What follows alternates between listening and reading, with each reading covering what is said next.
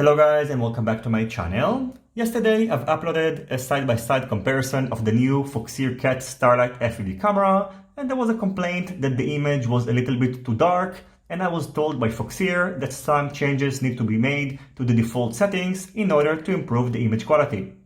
So today in this video I'm going to apply these changes and head outdoors and test this camera again, and I'm going to post my full review of this camera in the next few days.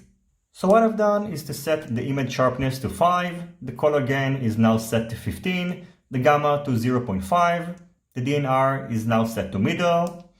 Under exposure I set the brightness to 15, the AGC is set to 10, and under day and night now the mode is set to auto, and you can also define the threshold for changing between day and night and day modes.